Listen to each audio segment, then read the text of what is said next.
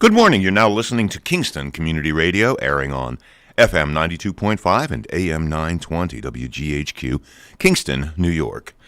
This programming is brought to you by our listeners and corporate underwriters who are interested in presenting local community radio. The opinions expressed on this program do not represent those of Hamel Broadcasting or Kingston Community Radio. Listeners are encouraged to send in $10 per month to help bring this program to you.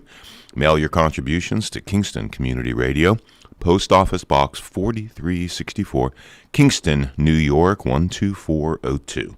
For more information or to donate online, visit our website at mykcr.org. Good morning, this is Dan Gaddis, and Happy New Year. Thank you for being with us today, this Monday, January 3rd, 25 degrees right now here in Uptown Kingston, and we'll be right back after these messages. Hi, I'm Steve Thomas for Habitat for Humanity Restore. Habitat Restores are nonprofit home improvement stores and donation centers that sell new and gently used furniture, building materials, and appliances to the public at a fraction of the retail cost. The Ulster County Restore at 406 Route 28 in Kingston needs your donations. Call our hotline at 845-853-7499 to schedule your free pickup. And thanks. Introducing the YMCA. Sure, you know the Y for a swim or a game of hoops, but we're more than that. We're a cause. When you take a jump shot at the Y, someone else is getting job training. Practice yoga as a team practices her leadership skills. We give people of all ages, incomes, and backgrounds a chance to learn, grow, and thrive. So while you might think of the Y as the place for lifting weights, we're also about lifting entire communities. That's the Y. We're so much more. Visit ymca.net/more.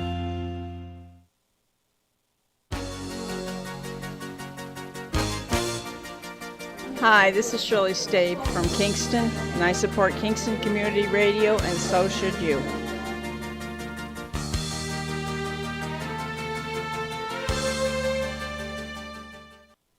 And we're bringing you into the first show of the year on this January 3rd, and it's 25 degrees here in Uptown Kingston. Let's see what else we have today when it comes to our weather. It is generally cloudy today with a high of 27. We don't get too high today. Mostly clear, low near 15 degrees tonight. And that is today. Tuesday is going to be sunny skies with a high of 36. And Tuesday night, partly cloudy, low around 25. And Wednesday, overcast, slight chance of a rain shower because the temperature goes up to 43 on Wednesday. And a few clouds on Wednesday night and a low around 30. So that's a little bit about our forecast for this week. And this is a Medical Monday, and we are with Dr. Eric Stanberg. And we thank you for being with us this morning also. And good morning, Dr. Stanberg. How are you? All right, good morning. Welcome to the first show of the year. Happy New Year, Dan. Happy New Year. Thank you. It's nice to see winter. I mean, it's chilly out, but it's nice. I always like it when winter acts a little bit like winter. So I feel better with 25 to 30 degree weather than I do with 60 degree weather like we had a couple, last week. Yeah, I mean, this is commensurate for this time of year. That is correct. It's perfect for this time of year. It's normal.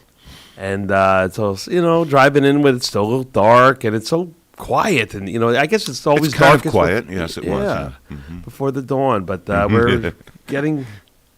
I hope everybody's furnace works. Yeah, right. And Mine we are isn't. headed towards the dark of winter.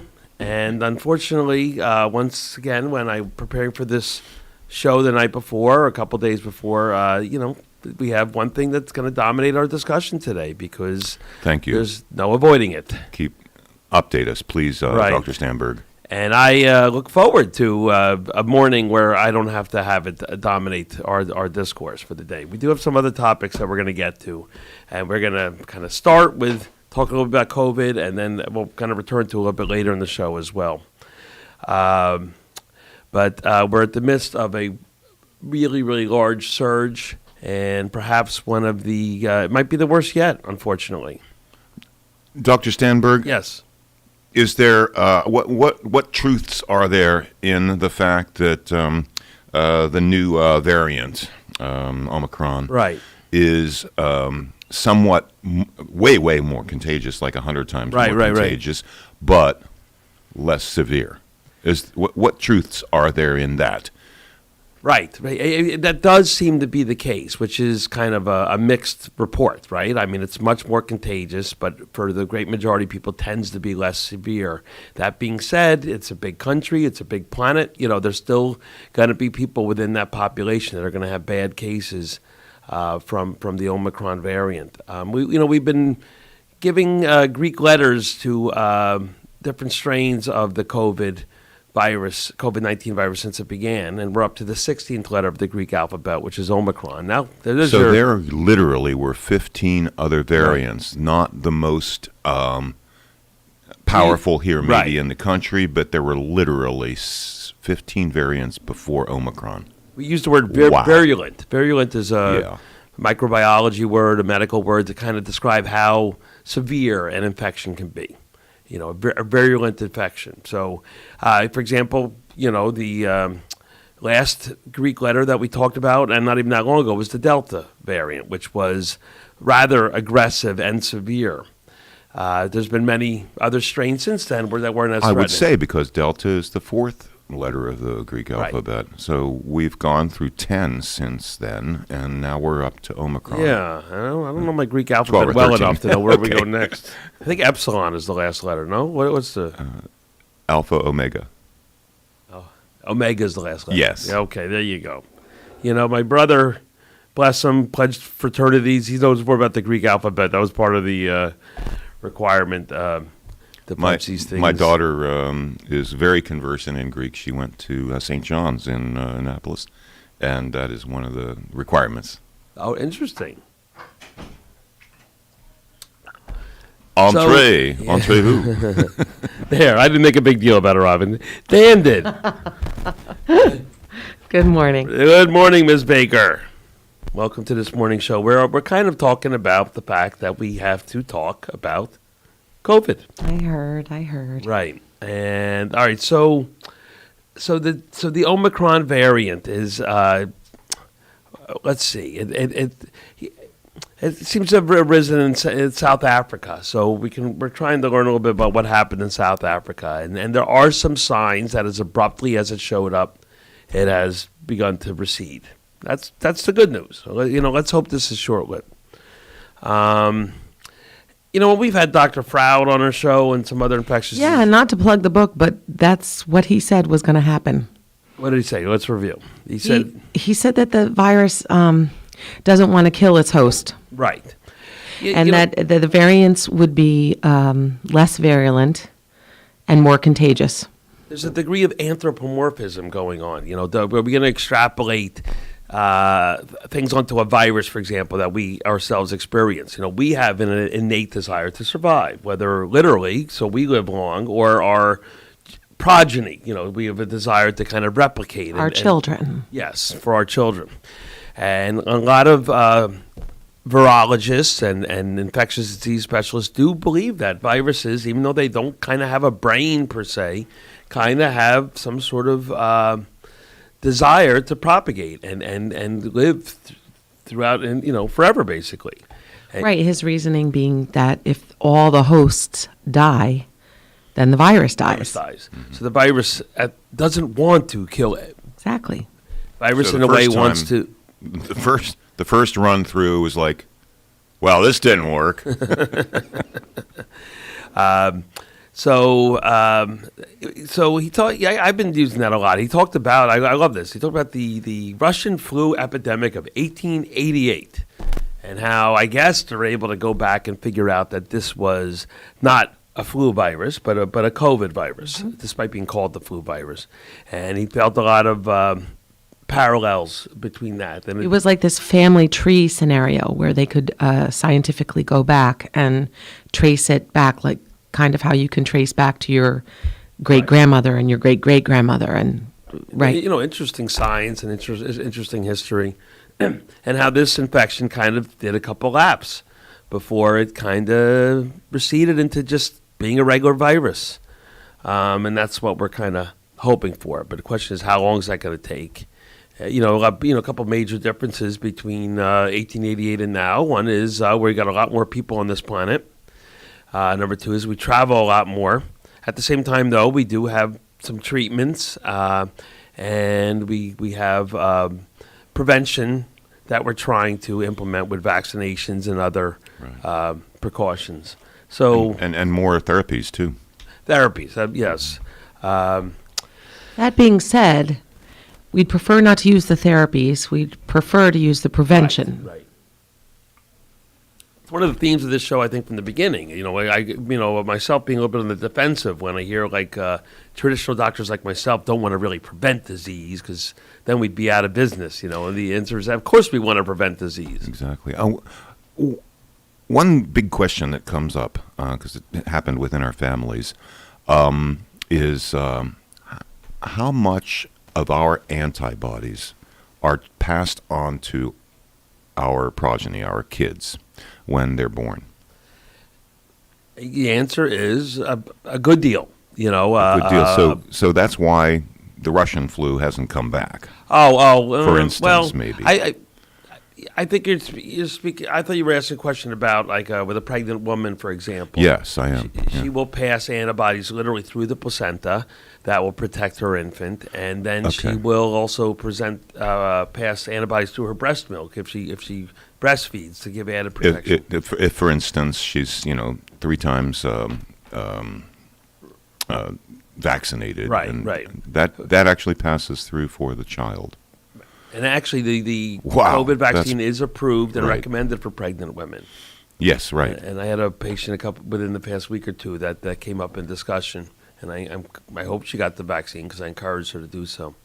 Right. And Dr. Froud talks about this in his book, by the way, kind of like other mechanisms that we kind of maybe develop over time to prevent the infection, kind of genetics and the answer is maybe, but I don't know really how much time. A great example is, and this is a good example of medical history, but sickle cell anemia, which is a dreaded disease, at the same time is kind of protected against malaria. Malaria is a parasitic illness transmitted by mosquitoes, common in temperate parts of the world. And it invades red blood cells. So sickle cell anemia is kind of a condition where there's fewer red blood cells. So if there's fewer red blood cells, you will therefore have less propensity to develop anemia. I'm sorry, to develop malaria. We have a connection? No, when you hit the table, it kind of all right, I'll plays around with the plug there. I won't be so dynamic in my discussion. Anyway, so that's a good example of something genetic that over time it was protected to some degree. But as you can see, the example also kind of has a downside because there's a dreaded disease called sickle cell anemia, which is its own problem per se. But yes, to some degree, our genetic code will adapt. We will kind of maybe even select out traits that will protect us against many things. That's, by the way, one of the inherent arguments of Darwinian genetics is that we will select out traits that enhance our survivability and deselect traits that will discourage our survivability. You want to share something? No, just sending a text to our doctor friend. Okay, good. Yeah, so we're going to have Dr. Tack call in. I'm not sure when, so we'll be prepared. Mm-hmm. But I do have some other subjects to go on over as well. But basically, we're in the midst of a very big surge. And now it's not just Omicron, and that's part of the, one of the things we need to discuss about. We're still dealing with not enough immunity in our communities, not enough vaccinations. And then we got kind of a perfect storm of 2 holidays, Thanksgiving and Christmas, and then just the wintering and people being more indoors. I want to introduce Dr. Mark Tack for this morning. Good morning, Mark. Mark isn't on yet. This is a listener. Oh, okay. I'm sorry. Sorry to be premature with my announcement of Dr. Tack there. Yes, we have a caller already. Good morning. Oh, hello. My name is Kathy Quick. I am the president of Ymca Seniors, and we're going to cancel our meeting today at 12 o'clock at Town Hall.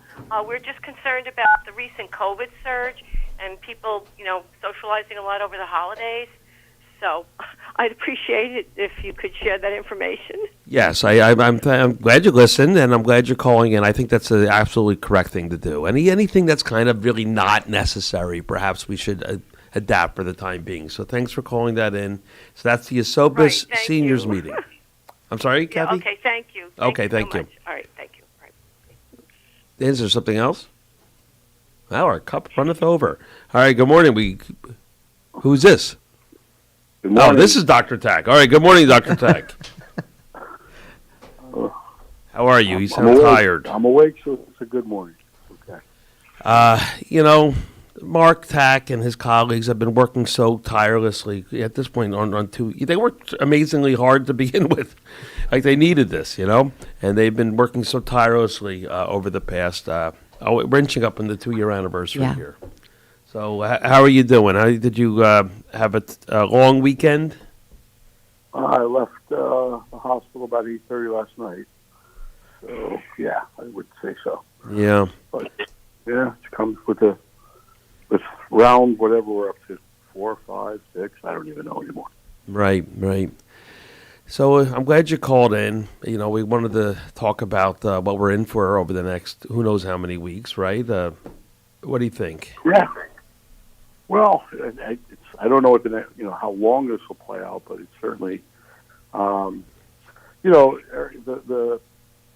it's a challenge. The math is, if you had Delta, you had 1,000 people sick and 10% got hospitalized, you had 100 people in the hospital. Now you have Omicron. If you have 10,000 people and you only have 1% admitted, you still have 100 people in the hospital. So, it's clearly more contagious. We're seeing record numbers of cases, and hospitalizations are going up. Yeah. There's no, it's the reality. It's not.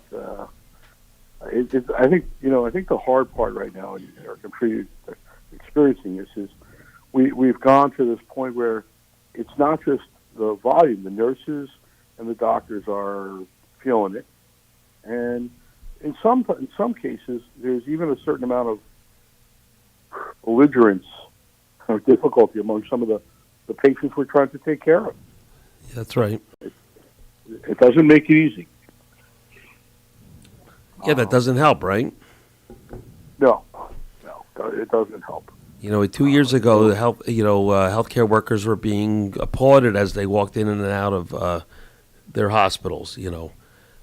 People banging pots and pans to celebrate them and cheer them. And now, it's certainly not everywhere, but there are many, many stories throughout our nation of hostility between patients and healthcare providers, which is really very, very sad. Yeah, listen, I think that the vast majority, the overwhelming majority of the people that I've come across and taken care of have been appreciative of the care we give them, and the how hard everybody is working to try to take care of people. But there are a few that make it very difficult, and it's been hard. I think we all sometimes feel that. You can make 99.9% of your patients happy, and you and I both know that we worry about the 0.1% that you don't. That's right. Well, one question, and we already touched on it, but I just want to clear the air about it. So the idea that Omicron is more contagious but less serious, and therefore people are going to kind of, maybe say, well, you might as well get it than not get it. How would you counteract that thought process that people might have?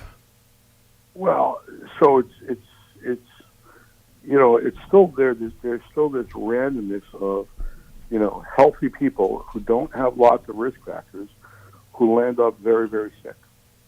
And so, I use an analogy that when you come to a railroad crossing and the rail goes down and the lights are flashing, you have to make a decision. You're going to go around and try to beat the train, or you're going to stop, wait, and keep yourself safe. And, I think that, you may feel that the odds are you're going to get over that track, safely, but you may not. Right. And, We've seen a lot of people. I think one of the things that is very clear is that this is being fueled by the unvaccinated population, and this is not a political statement. It's not it's facts. Facts are what they are. There's many things you can make up, but you can't make up the truth. And while we do certainly see some patients have what we call breakthrough cases, people who are vaccinated getting sick, and even some of them landing up in the hospital, the vast majority of the people that we're seeing and the ones that are the sickest are the unvaccinated. And, that's what's happening. So I think if you triple if you're boosted, your chances of really bad things happening with Omicron are lower. They're not zero by any means. But, when those railroad crossings come, I stop. I wait. I don't say, "Oh, let me see what happens." That's right. It's a good analogy. And, recently I had a discussion with a patient. Unfortunately, I have these discussions all day long trying to encourage a person to be vaccinated. And he said, well, it got all political. And I said, it's not political. I'm your doctor, you're my patient, and I'm telling you to get vaccinated. There's nothing political about that statement. My job is to protect you from getting sick, and that's what I want to do. So I can't, it's so sad that has become part of the discussion. Yeah, it's frustrating. You just when you see what happens to people, and as you and I've talked about before, this is my round two in my career. I mean, I lived through the AIDS epidemic, having trained in St. Vincent's in the Village in the height of the epidemic. Right. We didn't have treatments, and I watched a lot of young people die, and what they would have given to take pills that could keep them alive. And the first effective regimens, I remember the first protease inhibitor for HIV, sequinavir, was 18 pills a day for one drug. And you know what? They were so happy to have it because it kept them alive. And now we have this, vaccine, and people don't want it. And I saw the same thing happen. People say, I ain't taking those pills. The government's, it's a conspiracy. They're going to kill gay men. They're going to kill black people. They're killing drug addicts. I'll take my chances. Well, those people all died. Okay? There were no survivors with that. And we're 25, 30 years later, we're playing the same song. Yep. And with the same result. And perhaps there's always been some degree of fear, and fear is kind of led to, caused by some ignorance about the subject. And ignorance is not always an insult. If people don't know something, it's not necessarily their fault. But when people choose not to know, that's willful ignorance, and that is hard to excuse. I think the problem is I hear lots of reasons why people don't take vaccines. Fear tends not to be one of them. Okay? I mean, there's a few people, there's a percentage of people say, I'm afraid what's in it. And my answer is, okay, what's in the special sauce with a Big Mac?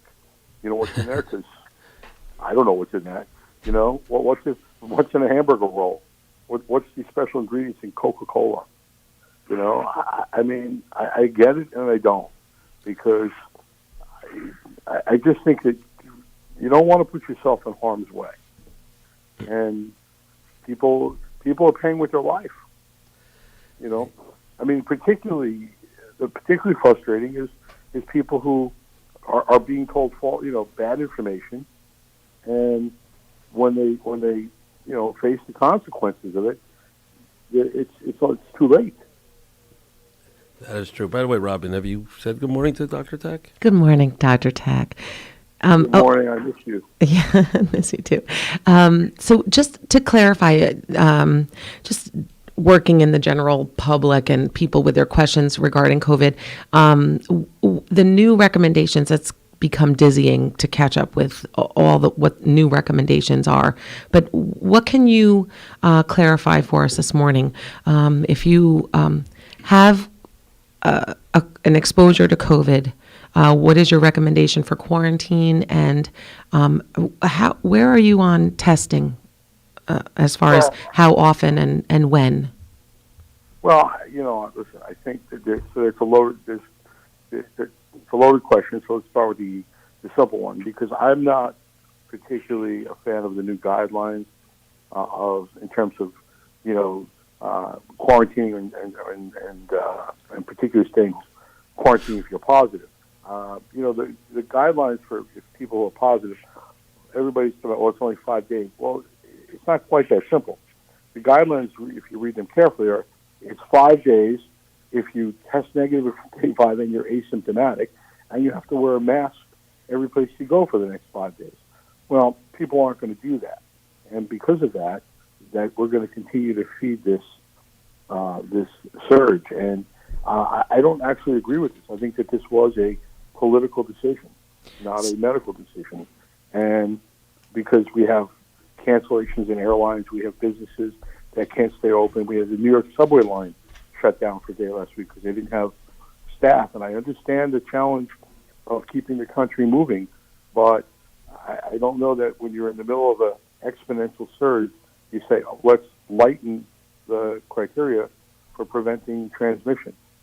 So medically, what do you recommend? I'm staying for the most part with the 10 days. If you test positive for 10 days, if you're unvaccinated and you're exposed, you should quarantine for the 10 days, at least 5, and be tested.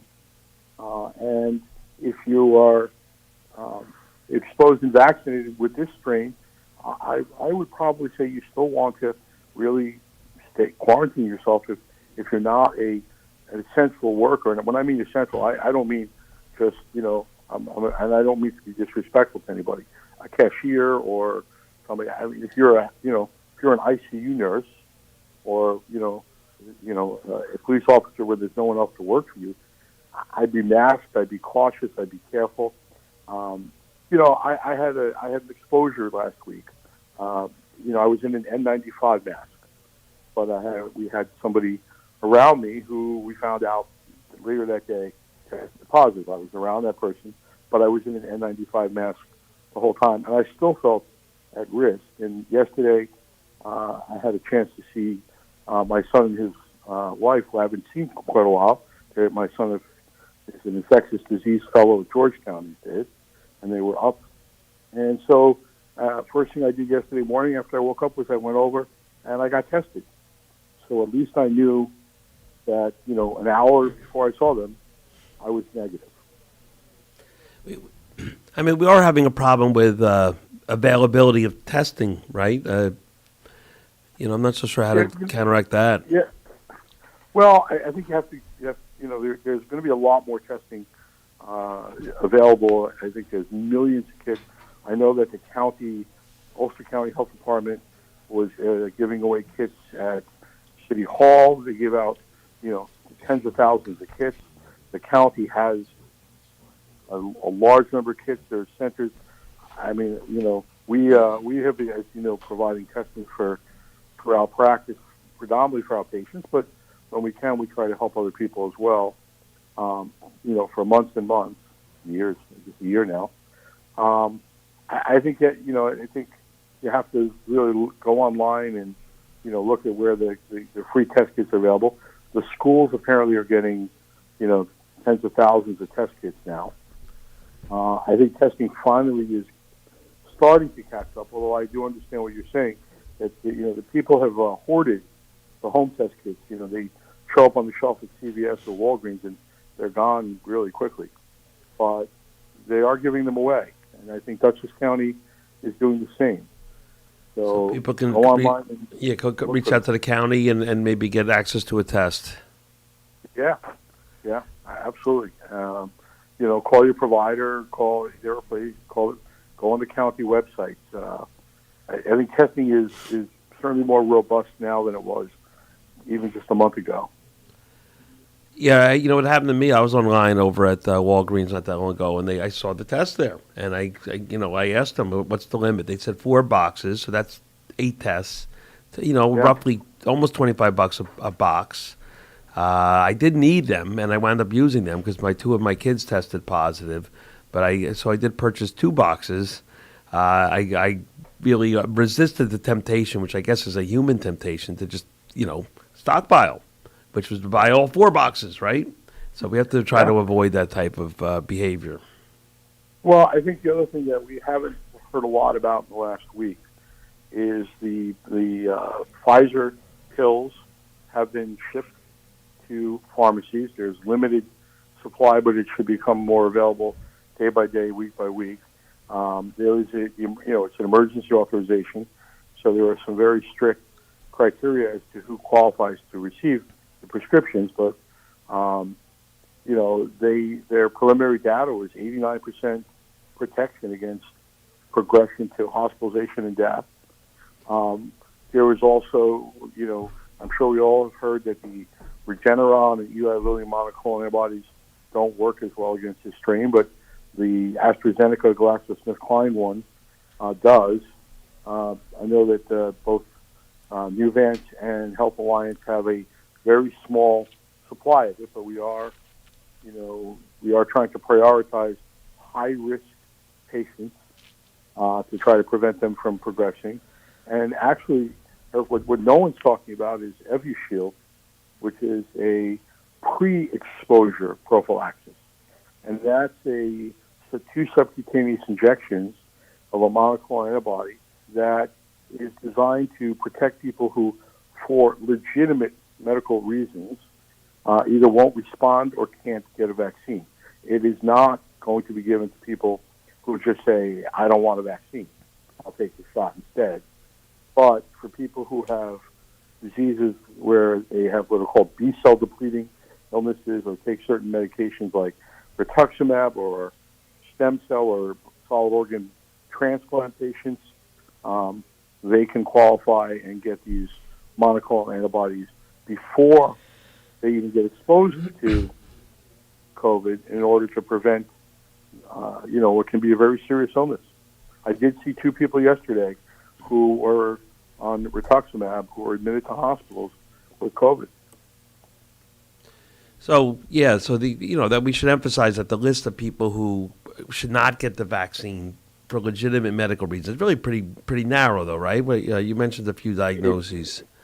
Right. It's very, very small. Right. The entire 7-hospital Westchester healthcare system, I don't have the exact number, but I think of every employee, doctor, nurse, housekeeper in the entire 7-hospital system, I think the number is less than 30.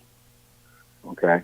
Who have a legitimate medical reason not to get an immunization. Could you review? So we have a new pill that was recently approved, emergency authorized, right? Sometimes the semantics I find a little confusing, right. And I think it adds to confusion. So it was emergency authorization for this medication. Could you just review that medicine and the indications for it? Well, there are 2. So there's a Merck product, and then there's the Pfizer drug. And the 2 are very, very different drugs. The Merck drug is a antiviral. The Pfizer drug is a protease inhibitor combined with what's called a PK booster. So the Merck drug in trials had a 30% reduction in risk for hospitalization and death in people who were high risk and tested positive and treated within 5 days of developing symptoms. So that's 30% is probably not all that different than the monoclonal antibodies. Maybe it's hard to put exact numbers, but it's pretty relatively close. The challenge with the Merck drug is that it has to be used very cautiously in women of childbearing age and men who are in relationships with women of childbearing age. Certainly having a negative pregnancy test and using some type of contraception is recommended because it's not that it could cause birth defects. We know that it can and in some cases will. The Pfizer drug is a protease inhibitor.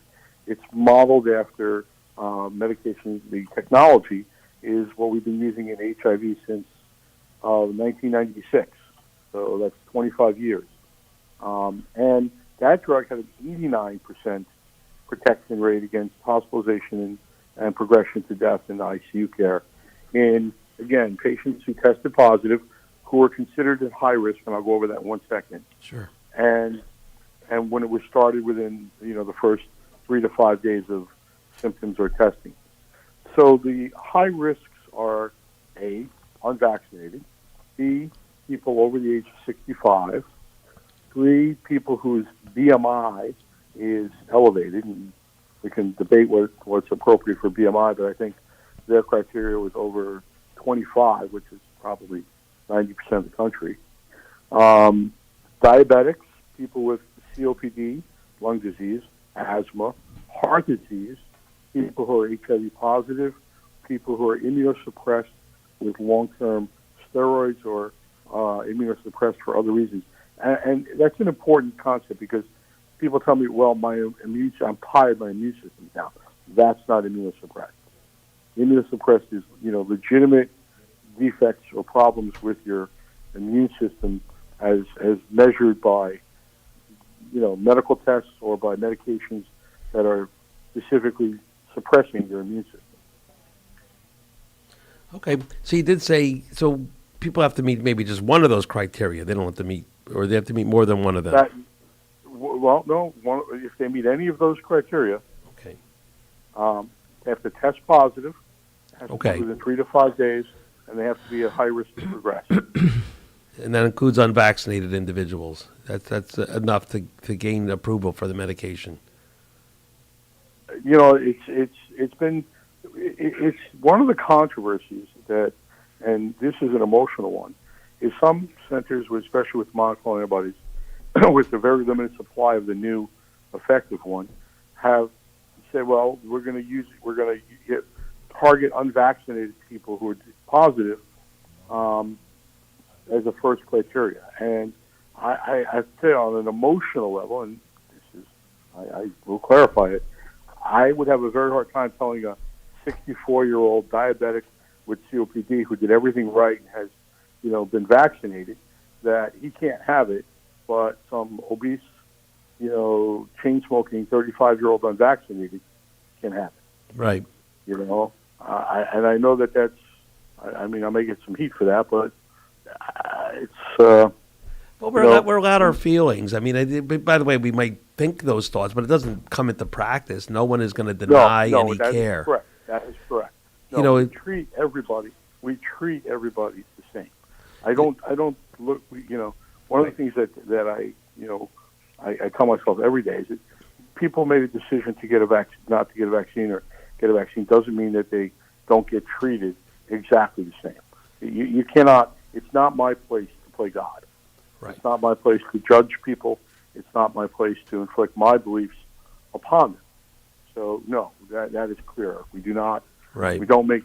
We cannot do that. It's wrong. Right. To me, it's analogous. Like if someone continues to smoke, for 2 packs a day, and then they get lung cancer, we're not going to not treat them and say, boy, you should have quit smoking when we told you to quit smoking. So it's kind of like that a little bit. Right, but it is. You do feel frustration for those people, though, don't you? I had a patient who was mine for many years who smoked since he was a young man, and he always wanted to quit, but he would tell me, I'm going to try it, and I'd see him outside the window of my office lighting a cigarette on the way out of the office. And, I tried every way to reach out to him to get him to stop, and ultimately he got lung cancer. And he looked at me and said, how'd that happen? I'm like, really? Because we've talked about this 50 times. Yep. But we still took care of him. We treated him with respect and held his hand and got him to the appropriate doctors and gave him the best treatments we could. I mean, that's what we do. So, Doc, before, I know that you're super busy and that you have a busy day ahead of you, but before we let you go, what about some of these alternative treatments that people are talking about and like buzzing around, like the ivermectin and things that are not clinically proven? What do you have to say about those? That's a disaster waiting to happen, and we have seen so many sad stories about people who are buying into these. I mean, this is if we all have one common enemy in this pandemic, it's the misinformation that's spread on media, whether it's social media or mainstream media. And ivermectin does not work. I mean, the studies that have been done just don't show benefit in doses that the humans can take. This came out of a study where, if you put enough ivermectin in a test tube with a COVID virus, you might be able to slow down, replication of the virus. But to achieve that level, you'd have to eat the entire supply of tractor supplies, ivermectin, and you would die from the toxic levels of the medication. At the doses that people can safely take, it doesn't work. And, unfortunately, we just saw a patient who, contacted a, quote, complementary provider who, and I have nothing against complementary medicine. It's fine when taking complementary medicine is fine with HIV if you take your HIV med. Otherwise, you're going to die from AIDS. Okay? Right. But we've had a patient who, got COVID, had multiple risk factors for progression of disease, was in a high-risk category, contacted their complementary provider, took vitamin C, vitamin D, hydroxychloroquine, and ivermectin, and when they showed up in the emergency room, their oxygen level was 55%. They were admitted right to the intensive care unit on what we call high-flow oxygen. They were on a ventilator in less than 24 hours and dead in 48. And, the family's like, how did that happen? Why did I thought ivermectin would help them. It doesn't work. This is the most frustrating part. If ivermectin worked, I would be standing on the street corner handing it out to people. They'd be handing it out at City Hall. They'd be handing it out at the county. This conspiracy concept that we would withhold an effective, cheap drug is absurd. It's absurd. Okay? We struggle every day to try to keep people alive. Why would we ever hold back a treatment that could save someone's life? Good point. I mean, really, you have to buy this. You have to think that 99% of the physicians in America got on a Zoom call that no one knows about, and we all said, you know what? We're just not going to give them this medicine. It works. It'll save everybody's life. But screw it. Let's let 800,000 people die. Yeah. Really? 'Cause doesn't make sense, does it? We haven't spent our entire lives trying to keep people healthy and alive. I mean, you get up every day, and that's your goal. How do you help people? How do you keep them healthy? How do you keep them out of harm's way? And we're going to hold back on treatments that would work? Right. It's just no common sense there. So Eric had a conversation, or Dr. Stanver had a conversation with a patient this past week where he's like, so you're my patient and I prescribe this high blood pressure medicine for you because I prefer that you not have a heart attack or a stroke, and you take this medication. The patient said, yes, I do. But you are going to choose to not get vaccinated, even though this is my recommendation for you to keep you healthy. And, patient. Well, she said, I don't know what's in it. I said, well, you don't know what's in any of the meds I'm giving you. She says, well, I trust you. I said, well, good. Thanks for trusting me. And I'm telling you to get the shot. So it was just, it's just so hard to counteract this kind of epidemic of misinformation. And All right, so we have to go, though. But I really... Yeah. Go ahead, Mark. No, I think we all feel the same thing, which is exhaustion. There was a time we couldn't. We were desperate to try to help people, and now help is standing in front of them. Right. Now, at some level, you have to help yourself. Yeah. I like the work that Dr. Tack does, and his colleague Dr. Andrew Yanofsky, and there's a nurse practitioner working them now. Rena, can I pronounce her? Rena Paterno, and Dr. Froud is back today. Okay. He'll be rounding in Kingston Hospital, and our newest doctor, Michael Skelly, our new ID physician, who's at Kingston today. Okay. Look forward to meeting him. Working hard. And then, you don't have to reveal details, but I understand your infectious disease family might grow a little bit more as we get into the spring with a new colleague as well, right? That is correct. We have a new doctor who should be joining us in, hopefully, I think, May. And, I'm proud. I'm actively recruiting a Kingston High School graduate. Someday you might say, hey, go see Dr. Tack, and he'll look a lot younger than me. Multiple Dr. Tacks. 18 months from today, or from January 1st, my son will finish his infectious disease training, and I'm certainly going to try everything I can do to convince him to come back to the Hudson Valley. Sure, that would be great. And all right, but you guys are amazing at what you do, so thank you very much. Listen, you stay safe, please. Okay, right? Will do. Take care. All right, thanks, Mark. Bye-bye. All right, that's Dr. Tack. We are going to go to a break. Okay, yes, we're having our 7:30 break at 7:45 to give Dr. Mark Tack the information to us that we need, and we thank him very, very, very much. Dr. Mark Tack, infectious disease, and all the Omicron issues. And thank you, Dr. Eric Stanberg and Robin Baker. You are listening to KCR, Kingston Community Radio, AM 920 and 92.5 FM. It's Monday, January 3rd, and 25 degrees right now here in Uptown Kingston. We'll be right back after these messages. Everyone is talking about healthcare these days. America spends twice that of other developed countries on our healthcare system, yet our health ranks near the bottom. How can we stop spending so much and getting so little? Shifting to a system based on primary care can help fix the problem. Patients with a primary care doctor live longer, healthier lives and are less likely to suffer from cancer, heart disease, or stroke. Primary care that is comprehensive and coordinated also saves money. Patients who have a primary care doctor spend 30% less on health care than patients who don't. States with a high number of primary care doctors have lower health care costs and higher quality care. Primary care can help make America healthy again. To learn more about the benefits of primary care, visit www.healthisprimary.org. This message is brought to you by America's Family Physicians. Do you know who that is? Who's that? It could be a clever thief impersonating Central Hudson, asking for your personal or account information or an immediate bill payment. Beware of scam artists that can target you by telephone, email, or in person.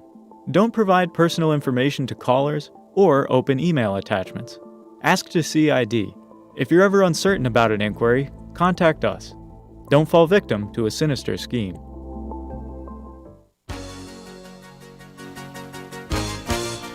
Hi, this is Cameron Rylance from Kingston, and I support Kingston Community Radio because it's informative.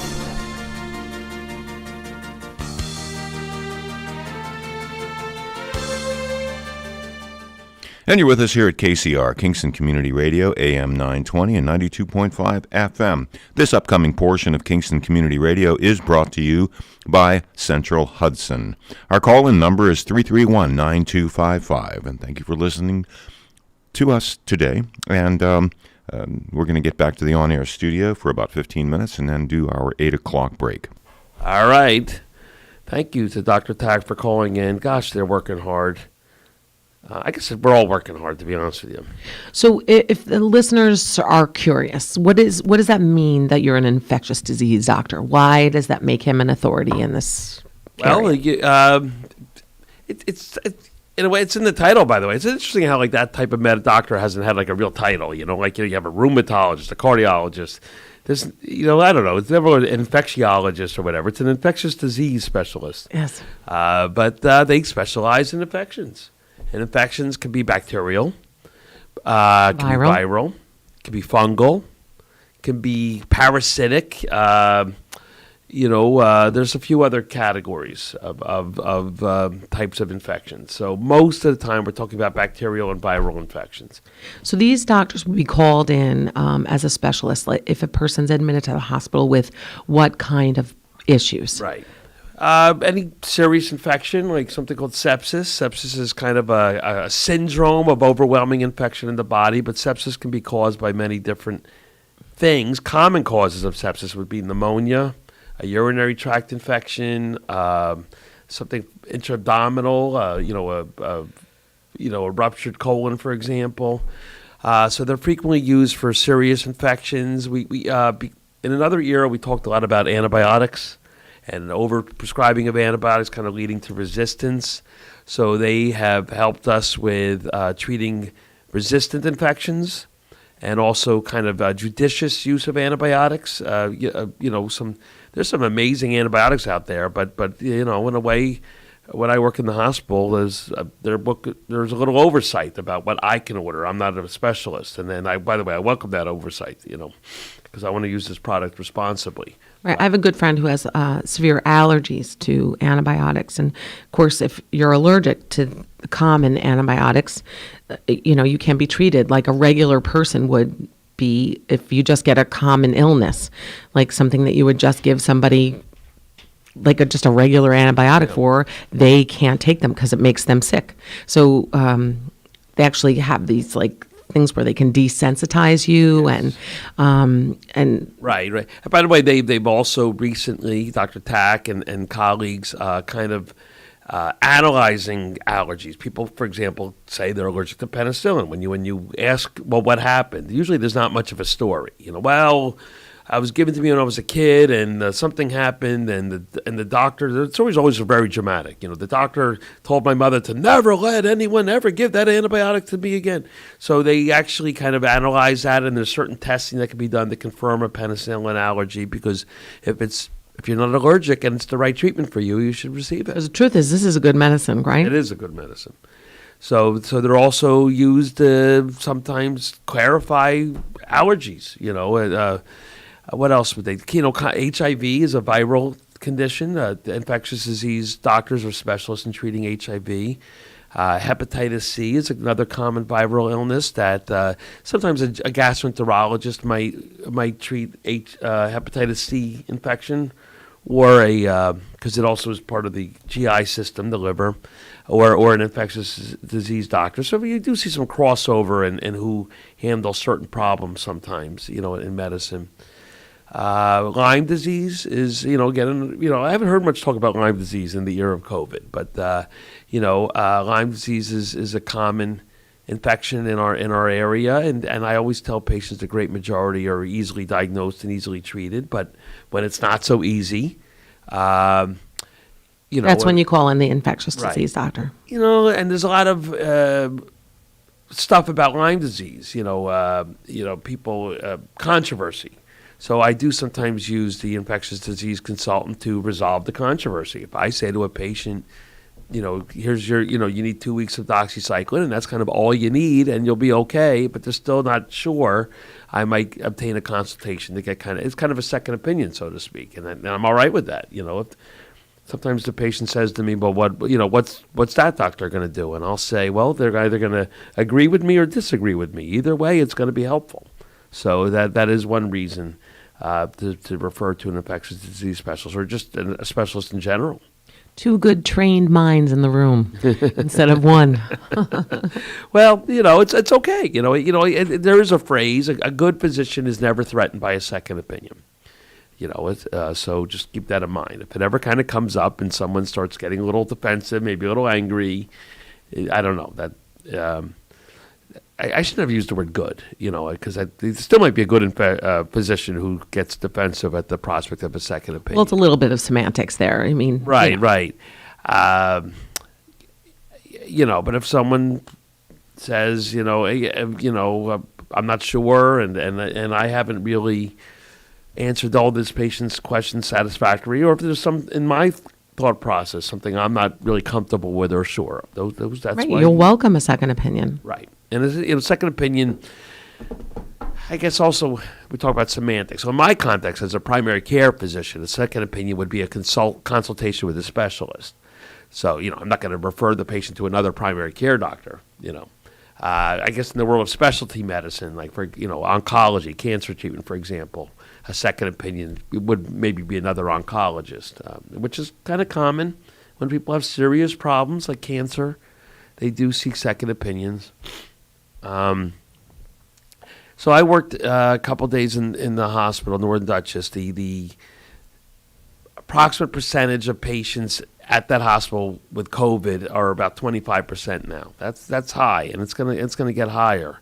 So you talk about maybe 50, 60 patients, 15 or to 20 of which have COVID, or at least under an investigation for COVID. And just to clarify, when you're hospitalized with COVID, you're sick. Yes. I mean, you're you're very sick. Right. You know, someone says, well, how bad is it? I'm like, well, it's bad enough to be hospitalized, which is bad. You know, that means, and a little semantics as well. You can have COVID infection, but not necessarily COVID pneumonia. COVID pneumonia is kind of what it sounds like. It's when the virus has invaded your lungs. The cardinal symptom would be difficulty breathing. So, yeah, all those milder cases, maybe more just like viral kind of Flu-like. What's that? Flu-like. Flu-like, but viral. And I'm finding, you know, kind of when I review these cases that I was taking care of this weekend, almost everyone, if not everyone, there's something wrong with their vaccination history for the COVID. So, for example, maybe they never got vaccinated. Well, you know, we talked about that and how frustrating that is for all of us. There's a few examples of people who got one vaccine and never went and got the second one. Maybe they didn't like the side effects, so they never got it. And what's very common, unfortunately, is people have not been appropriately boosted. You know, they got, you know, so the vaccines were introduced about a year ago, first rolled out to senior citizens, for example, and other at-risk population. So they got the first doses. Well, those are the first people then to kind of need the booster. One patient, for example, was a man in his 90s who was vaccinated but not appropriately boosted, exposed by his family during the holidays. You know, he's holding his own. He's not as sick as he could be, but he's sick enough to be admitted. But, you know, if he had been boosted, who knows? He probably would not have needed to be admitted. He may have still gotten sick, but he would not have been needed to be admitted. So can you clarify, what are you saying when you, there's so much confusion about the booster. Do you lose all immunity? It wanes. Yeah, you know, this is something because that I don't you still really have immunity. There's something I don't even understand. For example, we've never developed an HIV vaccine. You know, there's treatment. There's treatment. So for some reason, certain infections we could develop vaccines for. Likewise, and other infections we're not successful at developing vaccines for. We have a hepatitis B vaccine, but not a hepatitis C vaccine. I'm sure there's plenty of people working on it. Likewise with bacterial illnesses. And similarly, we have conditions that we have treatments for and not treatments for. How did I get into this subject? Because I'm asking you to clarify about the booster, because Okay. Do you lose all immunity? You've been vaccinated. You had your first shot, you had your second shot, you were fully vaccinated, but you have not yet been boosted. Have you lost, or is it possible for you to lose all your immunity? Right. Or is it just appropriate to be boosted? Right. And by the way, just to clarify, because I thought this was very interesting, the booster is actually like a half dose, Right. not a full dose of the medication. So it's like a baby shot. Baby shot. Yeah. So, shouldn't have fear of it. There should be no, question about getting it. I mean, you can walk into any pharmacy and receive it. And why wouldn't you if your, resistance is just going to be that much stronger to never getting sick? I mean, it's one of those things where everyone's like, okay, so everybody's going to get it now because it's so common. I don't know. But no, I am concerned that people are going to kind of maybe adopt an attitude, be told that it's not that serious, therefore kind of say, then I might as well get it and get it over with. But you're here to say, people who are healthy, people who don't have immunocompromised situations going on are getting sick and getting really sick. 50-year-olds passing away. Right. I mean, and it just doesn't have to be that way. Right. So I'm sorry. So just to recap, to clarify the booster. 1 minute to our break. Then we'll visit this afterwards. But every infection is different. Every bacteria is different. Every virus is different. And the complicated interaction between our immune system and the infection. So some infections you kind of get once and only once. Classically, you're supposed to get mononucleosis once and only once. Chickenpox. Chickenpox kind of lives in you, which is one of the reasons why you only get it once, because your body's always kind of keeping something in check, and then it might manifest as shingles, which is an interesting thing to review. Things like measles, where you got once and only once. So yeah, but the idea is to not get measles. Right. Well, we could revisit that because a lot of the discussion over vaccines is analogous to parts of our history, and the measles vaccine is a good example of something that was. We'll revisit that after our break. How do I do this? I only get better at talking up until the break. 10, 9, 8, 7, 6, 5, 4. Happy New Year! Yeah. All right, we're going to go to our break, and we'll revisit some subjects after the break. Thank you, Dr. Eric Stanberg, Robin Baker, and a major thanks to Dr. Mark Tack, infectious disease, and with all the Omicron issues that were discussed. And you're listening to KCR, Kingston Community Radio, WGHQ, AM 920 and 92.5 FM. And this last portion of Kingston Community Radio has been brought to you by Central Hudson. It's Monday, January 3rd, 25 degrees right now here in Uptown Kingston. We'll be right back after these messages. This is what carbon monoxide sounds like. Nothing. You can't see it or smell it either. That's why it's so dangerous. But you can protect yourself. Use carbon monoxide detectors. Have your home's heating system regularly inspected by a trained technician. Keep chimneys and flues free of debris. Never use a generator or grill or idle a vehicle in an enclosed area. And review life-saving carbon monoxide safety information at centralhudson.com.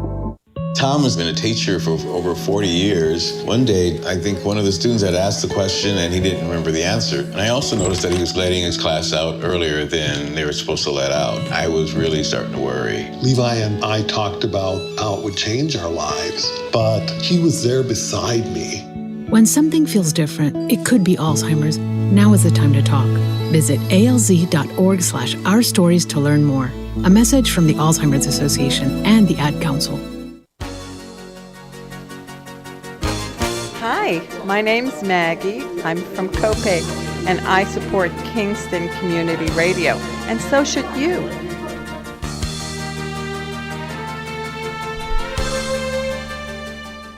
And a little bit of weather and forecast for the next 3 days. Generally cloudy today with a high only up to 27. Tonight, we're going to go down to about 15 degrees, and it's going to be a little cloudy, mostly clear tonight. Tuesday, sunny skies. We wake up to sunny skies with a high of 36. And Tuesday night, partly cloudy with a low around 25. And Wednesday, overcast with a slight chance of a rain shower. Our high goes up to 43 on Wednesday. And Wednesday night, a few clouds, low around 30 degrees. And that's what we've got so far for these first 3 days of January here, January 3rd, 4th, and 5th. This upcoming portion of Kingston Community Radio is brought to you by Herzog's. Stop by Herzog's Home and Paint Center in the Kingston Plaza for all of your home building, maintenance, and painting needs. Discover the difference of buying local. And visit herzogs.com for their ongoing sales. You're listening to WGHQ, AM 920 and 92.5 FM, the home of Kingston Community Radio. My name is Dan Gatis, and it is 25 degrees on this Monday, January 3rd. Let's get back to the on-air studio with Dr. Eric Stanberg and Robin Baker. All right, good morning. Welcome to the second half of this morning's show. We have birthdays, Robin. Hooray! Yes, Happy New Year, everyone. The first birthdays of the new year. 2022. January 3rd, that would be a good day to have a birthday. 1-3-1-3-2-0-2-2. It's my dad. It's my dad's birthday today. Oh, happy birthday, my dad. Robin's dad. Oh, Robin's dad, Mr. Custer. Mm-hmm. That's Robin's maiden name, Custer. With a K. Not like the general. Custer. The general Yeah, had a no C. general jokes. Okay. No please Mr. Custer quotes. Remember that song? I'm sure you heard that growing up. Forever. Advance, never retreat. Yeah. All right, we have two birthdays for this morning, and I shall. What should we do? It's been so long since we've done birthdays. Robin right? can do the bell. Okay. Oh, Dan wants you to do That's very exciting. Did you tell Dan what you got for Hanukkah? I did get a little mooer. Mooer? What's that? Yeah, but I left the mooer. Oh, a mooer, like Yes. The little toy that says moo. like this. Yes. It is. But it is home. Okay. You're going to bring it in? Yes. I want to move with it with you. I hope it's an octave lower than these ones. I want to moo with you. I want to move with you. We can move together. A mooer. Okay, so we have 2 birthdays for today. Who else was born on January 3rd? Anyone else? I don't know. You have a list. Oh, okay. But we just want to say what we're competing for, what the prize is today. Oh. Today's winner will win a famous cow pie brought to you or sponsored by Boyce Dairy Milk House, 62 O'Neill Street, Kingston, New York, and Kingston Community Radio. So there are 2 people with birthdays today. Here is one. Robin shall announce it. All right. Happy birthday, January 3rd, to Carol Curran. Carol, your friends at the Wellness and Healthy Lifestyle Club are wishing you a very, very happy birthday today. Okay. And I want to wish a happy birthday to Matthew Corbin. With love, Mom and Dad, April, Jordan, and Tyler. And today's winner is, go ahead, Robin. Well, you want to... I'll ring the bell. You announce it. Today's winner of the Boyce Dairy Milk House famous cow pie, January 3rd, 2022, is Matthew Corbin. Wow. Happy birthday. It's hard to contain the excitement. It's very exciting. I know. It's just that this starts the week and it's downhill from here. So you just go by Boyce's Dairy Milk House and Yes. you claim your prize. Matthew Corbin, you have won the famous cow pie. Delicious. Boyce Dairy Milk House. So we should, what? Just recap quickly. Well, so I was telling people, listeners, that a lot of people are under boosted, and that's one thing message I wanted to get out for today is if you have not been boosted, you should.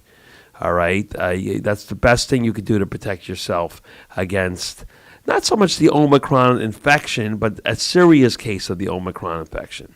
And when I look at the hospitalized patients, there's always something wrong with the vaccination history. A lot of people just never got boosted.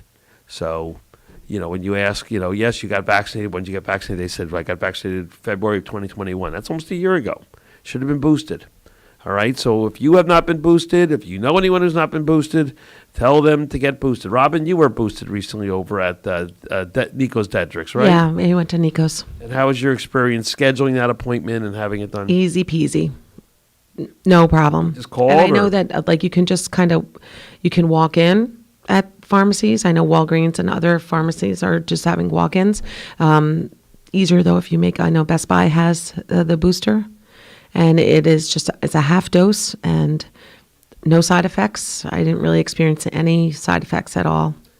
This is I didn't either, by the way, not with the booster. This is a fluid situation. It is possible we're going to have to get another booster in 6 months. Remember, if we stick to the John Froude model of the Russian flu epidemic of 1898, this thing might be with us a little bit longer. The one that he talked about was 3 to 5 years, I think. So we're 2 years in. So it is possible we're going to be told and recommended in 6 months to get a booster. So please, if you have not been boosted, you really should. And if you know anyone who has not been boosted, you should encourage them to do so. That's the best thing that you could do to protect yourself and your community. Yeah. There's a lot of talk about COVID as a pediatric infection these days, which is also can kind of be a little confusing because people get that message. Well, it's not that serious. It's not that serious. But again, if as Dr. Tack pointed out, if enough people get it, even if it's not that serious, you're still going to have just as many bad cases. Maybe it's kind of a balance. So it is recommended that children 5 and older get vaccinated. So you should also encourage that. Right, and if those all eligible get vaccinated, then those who cannot get vaccinated will be protected. Like the under 5-year-olds who are not eligible for a vaccine yet will be protected because you're vaccinated. So it's a hard concept to understand, but it's not also a hard concept to understand. Yeah. All right. Another thing to review was, and we talked about it, the pills that are now approved and becoming more available for COVID infection, but you have to meet criteria. And it's complicated. I myself, one of the things I have to do today, maybe tomorrow, is review the criteria, make sure I understand it, and give people the appropriate recommendation. It's part of my job is to stay abreast of any changes or developments. But the treatment is not instead of a vaccine. No, absolutely not. It's just, it could not be a more simpler statement. We rather prevent it from ever happening than deal with it once it happens. Correct. We were talking about the measles as a good example. So measles was before you and I were born. We're children of the mid-'60s here. Was a very common infection, almost on the level of chicken pox. Almost everybody got measles growing up, and most people, kind of wasn't. It was an illness. They got better, and getting measles did convey lifelong immunity. Right.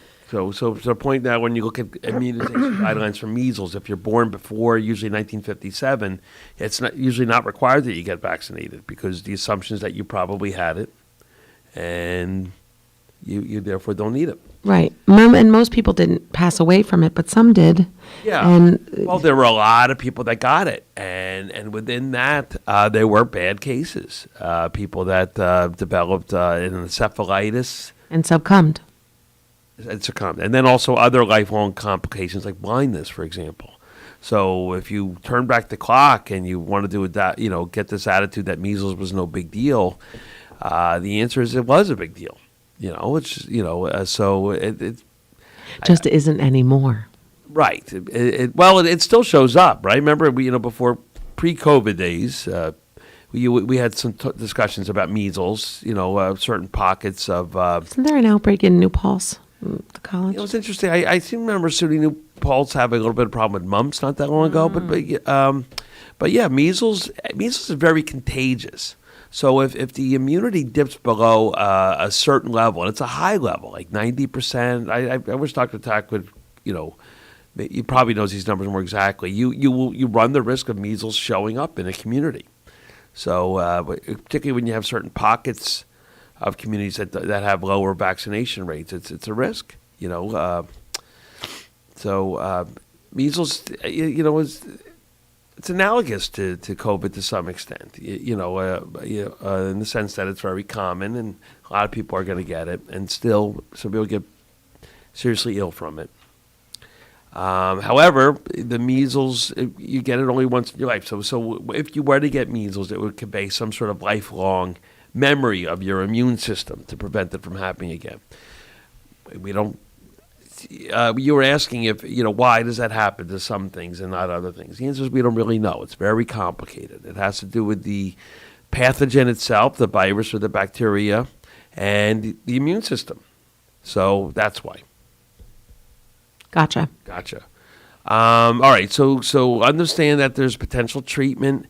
I am concerned that we're going to have a hard time keeping up with demand for testing over this coming week.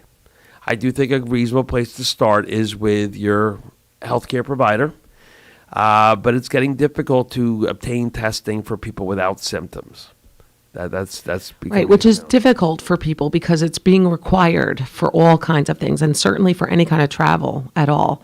And travel is not a necessity. Like, you're choosing to travel, so you have no symptoms, but you want to go somewhere and you need a test.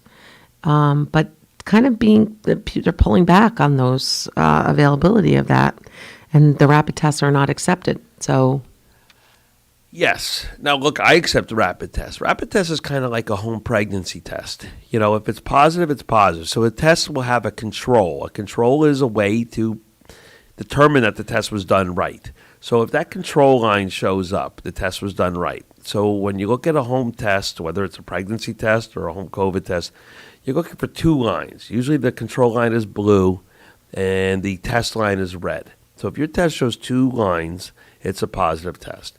If you see a blue line and no red line, it's a negative test. If you see no blue line, something did go wrong with how you did the test or the batch of the test or whatever. So that's come up a little bit where people have tested positive for home, but immediately, maybe we did the test wrong. You wouldn't do the test wrong and get a positive result. You would do the test wrong and maybe get a negative result. So if your test at home is positive, it's positive. And I will, as a physician, accept someone's report of a positive test, right? Because and if you're testing positive, even if you're asymptomatic, you should quarantine. Yes, and you heard Dr. Tack kind of disagree with what came out very abruptly about a week ago. Kind of this recommendation from the CDC to pull back on quarantine intervals. Days. Yeah. And he's cautious. He's nervous about it. Right, and I think he's not wrong in saying it's a political decision to keep, people from staying home longer. Like, they need people in the workforce, and there's just, my daughter is a teacher upstate, and they had to close their schools because they didn't have enough bus drivers. I mean, there wasn't anybody to bring the kids to school. So they ended up being, virtual for a whole week. Because of that. So, yes, it is affecting the workforce. And if the recommendation is less time in quarantine, I guess that gets people back to work sooner. But if it gets sick people back to work, then it doesn't really help anybody, does it? Right. No, yeah. And it has affected my family over the past week because 2 of my 3 children tested positive. And, they're going to adhere to the 5-day quarantine. Because not only did it say 5 days if you don't have symptoms. It also said 5 days and if you have symptoms, but if you're symptom-free for 24 hours. Were they fully vaccinated and boosted? Oh, yeah. My kids were vaccinated and boosted, and they will tell you that they both. I spoke to both of them yesterday that they feel that the booster probably minimized their right, symptoms. And that was what we were calling now a breakthrough. Yeah. Right. And by so the Omicron, it's contagious. So the stats are that you're about 75% affected if you're vaccinated and boosted. And that's one stat that I read. But also just the fact that the vaccine will really mitigate your Omicron symptoms rather than not necessarily prevent it altogether. And the booster is quite effective over the Omicron. Am I correct? It's effective at preventing a serious case. Seriousness. And right. how long shall we expect the booster to be able to live with us, before we have to get another one? What do you think? I think do you have I wouldn't be surprised if 6 months from now it's the recommendation. Already there's other parts of the world that are studying a 4th dose. Israel is one country. Okay.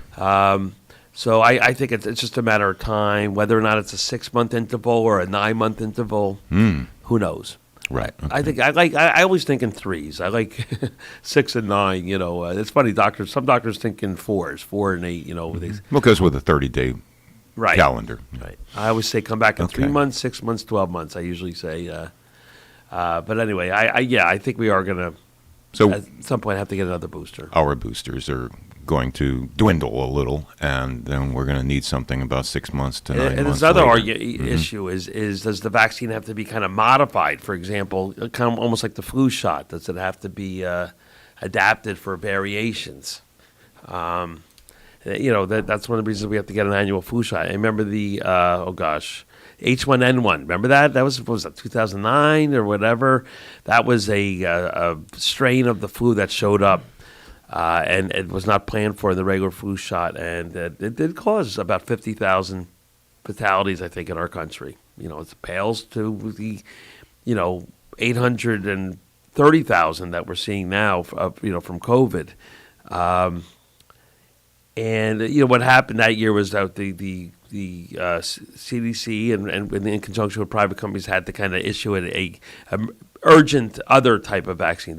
So people then had to get the H1N1 vaccine, even though they already had the flu shot. And then by next year, though, it's kind of incorporated into the flu shot. So there's a lot of stuff going on.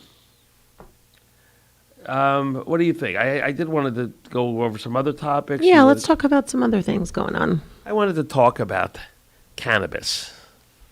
Cannabis? Yes.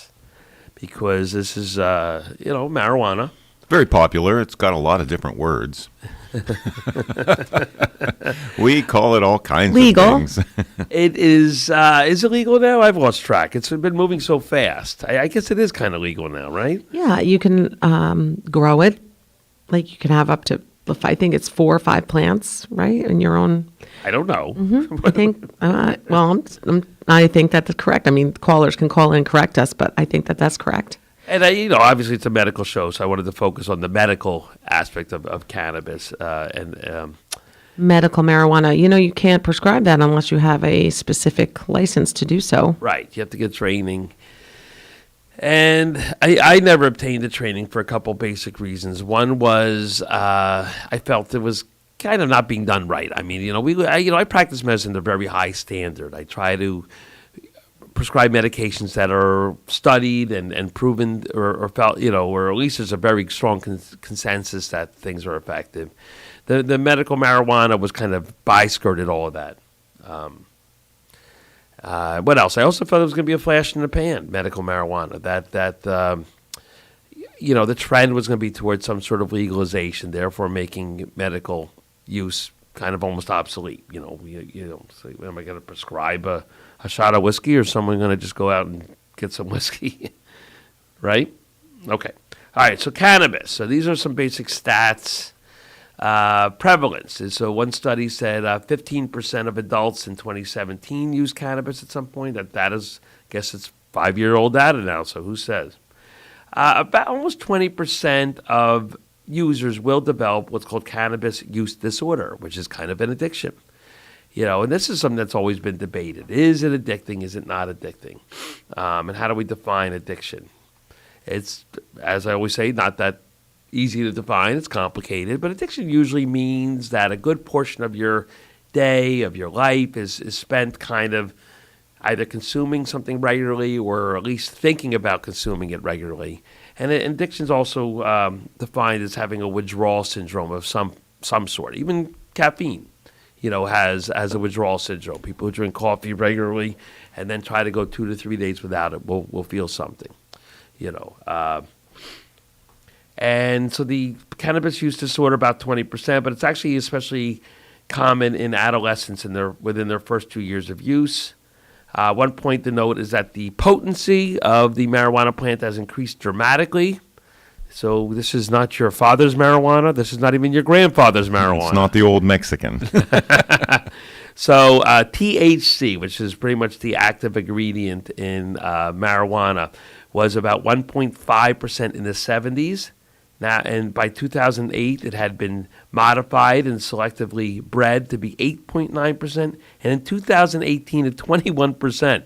So marijuana now is at least 20 times potent as it was in the 70s.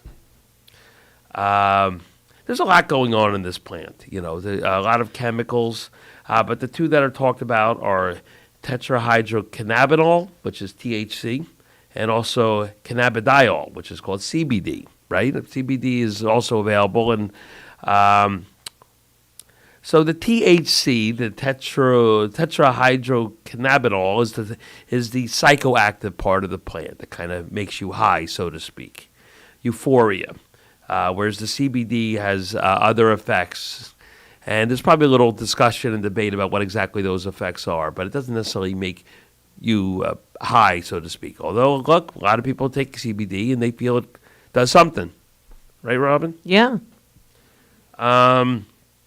Let's see. The marijuana can be smoked, vaped, and eaten, commonly referred to as edibles.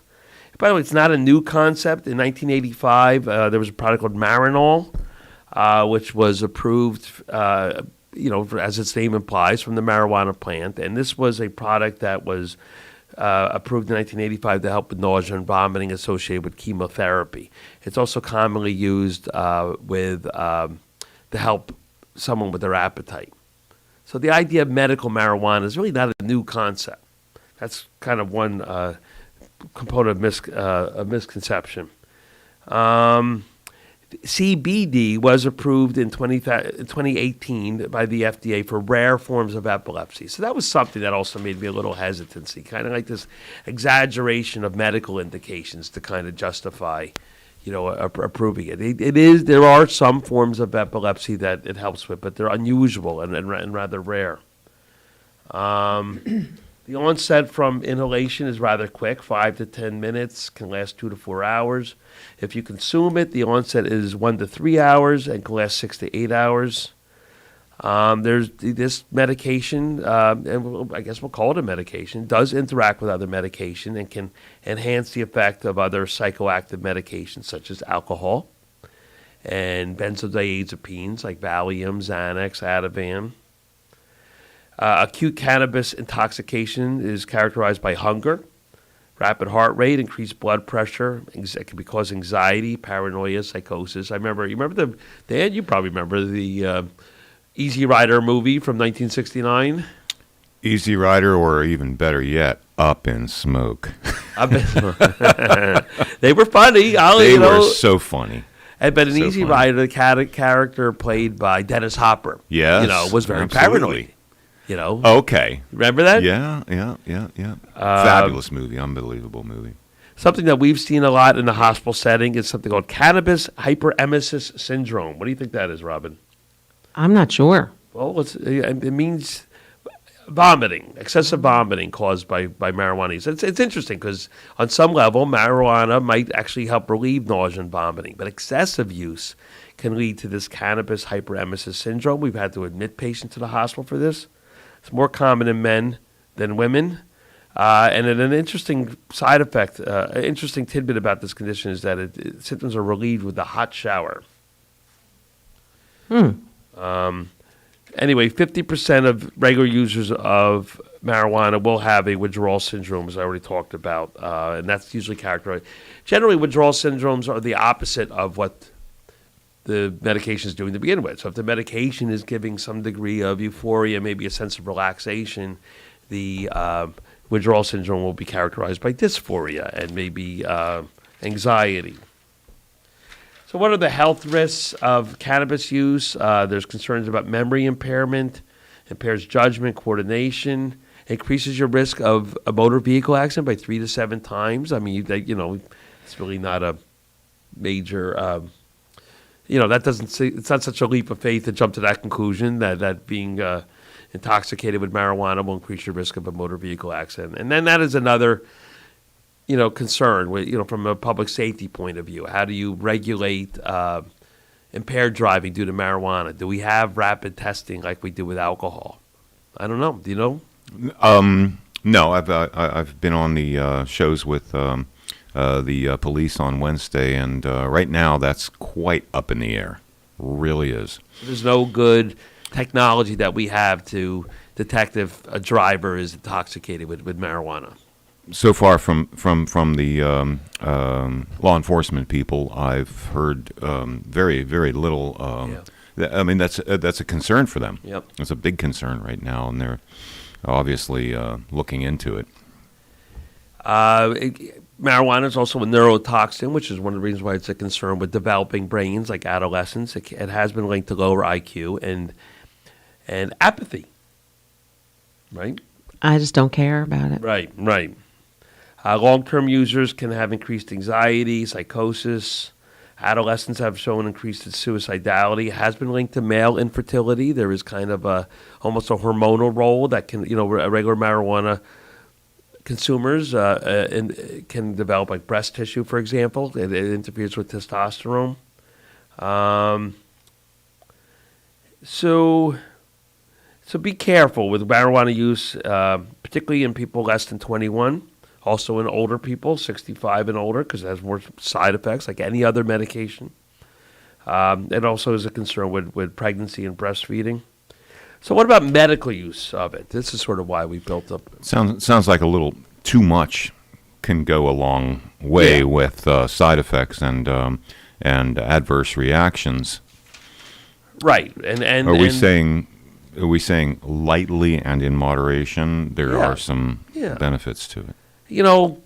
If there's someone who chooses on his or her Saturday night to be in his living room and consume marijuana recreationally, I guess that's to me not much different than having a couple drinks, right? But if it's someone doing this regularly, someone who's then doing risky behavior like driving with it or going to work with it or something like that, then I would be more concerned.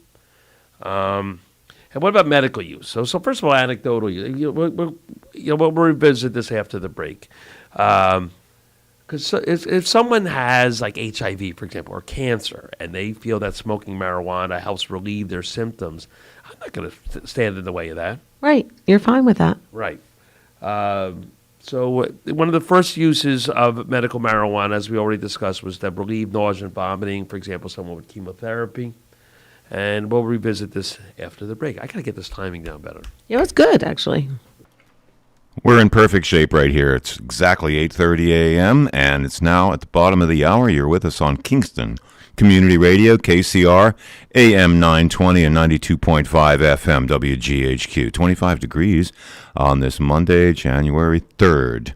This last portion of Kingston Community Radio was brought to you by Herzog's. Because the colors and quality of paint you choose matters, Herzog's Paint and Design Center, located in the Kingston Plaza, is there for you, offering the largest selection of Benjamin Moore paints and the area's most complete line of painting supplies. Herzog's Paint and Design Center also provides color samples from Benjamin Moore paints, including the eco-friendly Aura line. Color decorating consultants and expert interior designers are there for you, ready to assist you in choosing the right colors and more for your home. Visit Herzog's in the Kingston Plaza. We'll be right back after these messages. What is us? Us is a foundation. Us is the future. Us is a bond. But right now, that bond is fraying, and we need a place that could make it whole. From diabetes prevention to safety around water. The why fills the gaps and bridges our divides. But they can't do it without us. Donate today. Because where there's a why, there's an us. Read by members of the Y. The Y, for a better us. Hey, Dad, your prescription will be ready in just a minute. Hey, Dad, your laundry will be ready in just a minute. Dad, your lunch will be ready in just a minute. Hey, honey, why don't you take a minute? When you help care for a loved one, you give them as much time as you can. But it's just as important to take time for yourself. AARP can help. Find free care guides to support you and your loved one at aarp.org/caregiving. That's aarp.org/caregiving. Brought to you by AARP and the Ad Council. Hi, this is Scott Harrington from Hurley, and I support Kingston Community Radio because the people need a place to have their voice heard, and it's lost in corporate radio, so please keep listening and supporting our station. And thank you for listening to Kingston Community Radio, AM 920, 92.5 FM, and streaming online at mykcr.org. KCR's talk radio, so call in 331-9255, 331-9255. This upcoming portion of Kingston Community Radio is brought to you by Ulster Savings Bank. Many locations throughout the Mid-Hudson Valley, one near you. Generally cloudy today with a high of 27, and that's it. It goes from 25 degrees right now to 27 degrees later. And it's mostly clear tonight with a low of 15. And Tuesday is going to be 36 degrees with sunny skies. And that's going to be the high of, a high for Tuesday is 36 degrees. And Tuesday night, partly cloudy, a low around 25 degrees. And Wednesday, going up to 43 degrees. It's going to be overcast with a slight chance, about a 25% chance of a rain shower throughout the day with a high of 43 degrees and a few clouds on Wednesday night, low around 30. Let's get back to the on-air studio for this last half hour of our Medical Monday with Dr. Eric Stanberg and Robin Baker. All right, welcome to the last half hour of this morning's show. We're going to finish up with a little segment on marijuana from a medical point of view. All right, so I gave you a little review and summary of what marijuana is, what it does. So what are the medical uses? Well, where's the evidence? Again, we can't just wake up tomorrow and say, I think, drinking orange juice decreases your risk of cancer. We have to study this stuff, and anyway, so from a medical point of view, what does marijuana potentially help? Well, it does relieve nausea in certain patients with certain conditions, certain cancers, side effects of medication like chemotherapy. It can also relieve chronic symptoms of nausea in other conditions. It can stimulate appetite in people who have what are called wasting conditions, which can also be cancers, conditions like HIV. It has been shown to decrease neuropathic pain by about 30%. And that's an interesting discussion because I'm hearing this a lot. It's not really proven, but it's postulated that marijuana use can therefore decrease someone's need to use opioid medication. The answer is great. If that works, that's good. It does decrease the rate of neuropathic pain by about 30%, and that's a common reason why someone may be on chronic opioid medication. It helps a lot of neurologic conditions, multiple sclerosis. It cuts down on pain and spasticity, also by about 30%.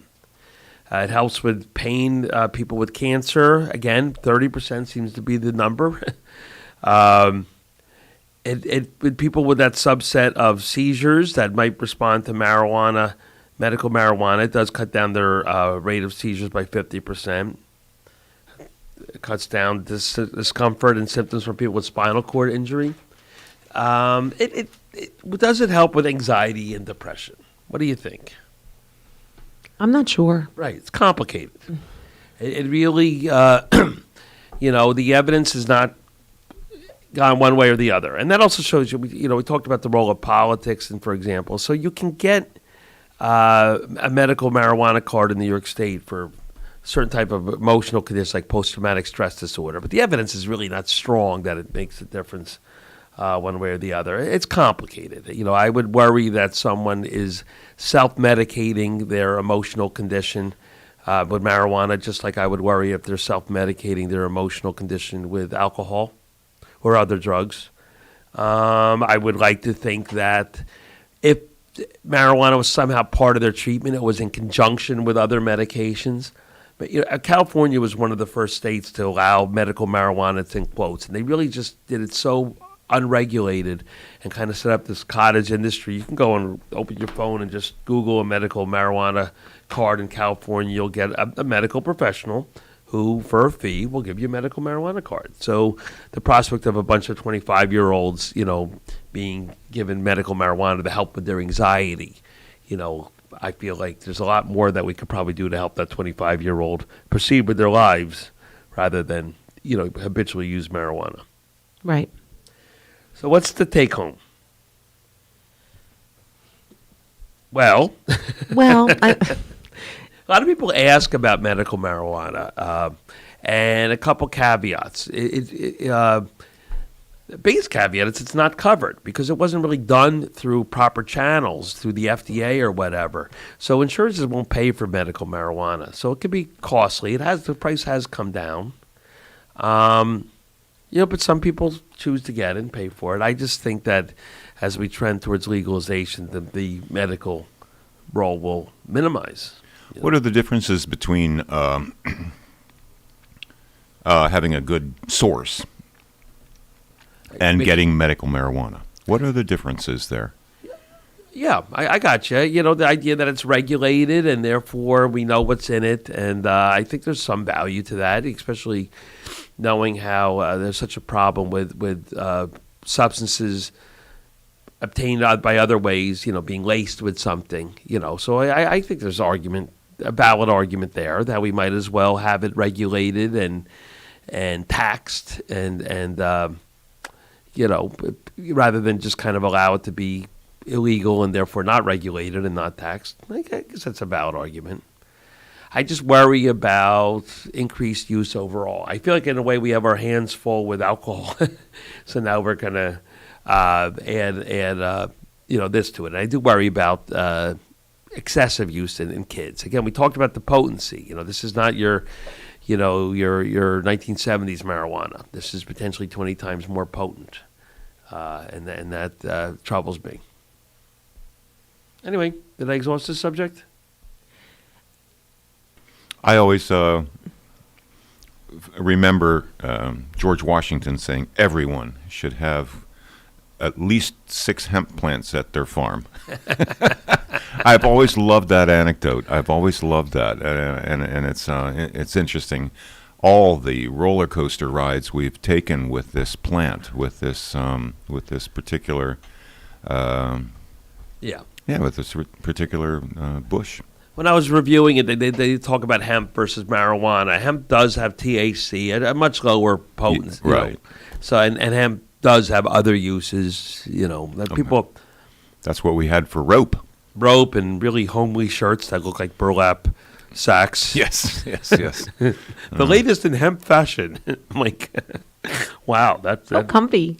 Yeah, that had potatoes in it yesterday. Now it's a hemp shirt. But anyway, I know potentially like what I was trying to like get straight in my head was that, like you're getting stoned. Right. So, I mean, is there a nicer way to say that? I mean, sounds so, but other medications can make you feel like that too. Even some like antihistamines can make you feel. That's a good point. Have that type of same feeling. So can you speak to that? Like just general medications can do that. And one thing we've said on the show is that I think most over-the-counter meds should not be over-the-counter. I think they're all dangerous meds. And Benadryl is a great example. Now, some of these meds are old, so they kind of predate any FDA supervision. Their authorization is grandfathered in, so it's hard to undo that. But Benadryl is very sedating. And very good studies have shown about as much impairment from Benadryl as from alcohol with driving, for example. So you're absolutely correct. So if your argument is that it has its dangers, but so do a lot of other things, I'll engage you. I will. But I also want people to understand that it has dangers. That doesn't mean it's not dangerous. Just to say it's just as dangerous as alcohol doesn't mean you're still saying it's dangerous. Right. So that's all. Yeah, interesting. So look, if you think if people ask me, do I qualify for medical marijuana? If they have there's a list of qualifying conditions. They usually include most neurologic conditions, MS, seizures, chronic pain is a potential use, and we did quote some data that did show 30% relief in symptoms. So there is some validity there, and some psychological conditions like post-traumatic stress can be used, and then also wasting conditions, HIV, cancers, conditions where they might benefit from that. That kind of sums it up. All right. So what else do we want to discuss for this morning? I wanted to talk, about something that I feel has been helping me. A very simple thing. So I don't know if it's any secret in this show, but I do suffer with postnasal drip. By the way, how's it seem today? A little better. You haven't had to. A lot better. Click that. So I did go recently. Silencer the whole time. I did go recently to see one of our guests, Dr. Corpus, Michael Corpus, a local ear, nose, and throat doctor out of Red Hook. Otolaryngologist. I can't say that. But it's a hard one. Yeah, ENT. I've been practicing. You have been practicing. And he felt that a lot of my symptoms were due to acid reflux, which he says is a common cause of postnasal Interesting, drip. right? You think that it's postnasal drip, like coming down from the top, but it's actually coming up from the bottom. And he recommended alkaline water. So water normally is neutral. It's not acidic. It's not alkaline. I think it's a little bit one way or the other. I have to remember 7.4 or something like that. Do you remember your pH scale, Robin? No, I don't. Dan probably does. So it says scale What's of 14. pH anyway? Oh, well, now you're you're going to have to explain this. It's hydrogen ions. Okay. So pH, a normal pH neutral is 7, and it's a scale of 1 to 14. So the lower below 7, the more acidic something is. Acidic. Mm-hmm. And greater than 7, the more basic or alkaline it is. So if you have stomach acid, it's acidic, and it causes a lot of your symptoms. So he recommended alkaline water, and I ordered a box online of a product that I'm not going to hype because I don't care one product versus the other. It's just alkaline water, but it maintains a pH of 9.5, They make some other claims regarding the healthiness of this, but certainly from the point of view of just neutralizing your stomach acid, it has worked very, very well, and it has helped really control a lot of my symptoms of reflux, as well as, I think, improve the post-nasal drip. Because you do take like medicine for that as well, don't you? Yeah, and in a way, the medicine may not be helping that much. I take stuff to treat kind of almost like allergy. Allegra, which is an antihistamine, and I use a nasal spray, Flonase. So I just found this a nice, simple thing that seems to be helping my symptoms. So you might be able to alleviate needing to take the Flonase and thinking about Allegra. I'm thinking about withdrawing. It's pretty amazing. That's pretty amazing that just a balance of between alkaline and acid is doing the trick. That's fascinating. I would beware of other claims some of these product makers make, regarding the value of alkaline water, that it somehow helps brain function and cardiac function, and but it's the same with electrolytes too. We have to be sure that they're really giving us extra electrolytes in certain waters. That was one little. Why can't you just take some like Alka-Seltzer? Isn't that alkaline? Alka-Seltzer is complicated. Alka-Seltzer has an alkaline component, but it actually, old-fashioned Alka-Seltzer had aspirin in it. So the idea was that it would kind of help you with stomach upset, like a hangover, for example. So the aspirin would help your headache, and the alkaline portion would maybe help your stomach upset. But aspirin, the medical name for aspirin, ASA, acetylsalicylic acid. And what happens if people take too much aspirin? They get things like ulcers. So it was a little counterproductive, Alka-Seltzer. There are newer formulations that kind of take the aspirin portion out of it. So aspirin is an acid? Yes. It actually is an acid. Okay. And long-term use will erode the lining of the stomach and lead to ulcers or gastritis, so it's a little counterintuitive. It was a complicated product, Alka-Seltzer, but it did kind of help if it didn't upset your stomach too much. It helped your headache, and then also the alkaline portion would relieve your stomach, the acidic part of your stomach. So it would help, maybe, unless, of course, the aspirin portion upset your stomach, made it worse. Interesting.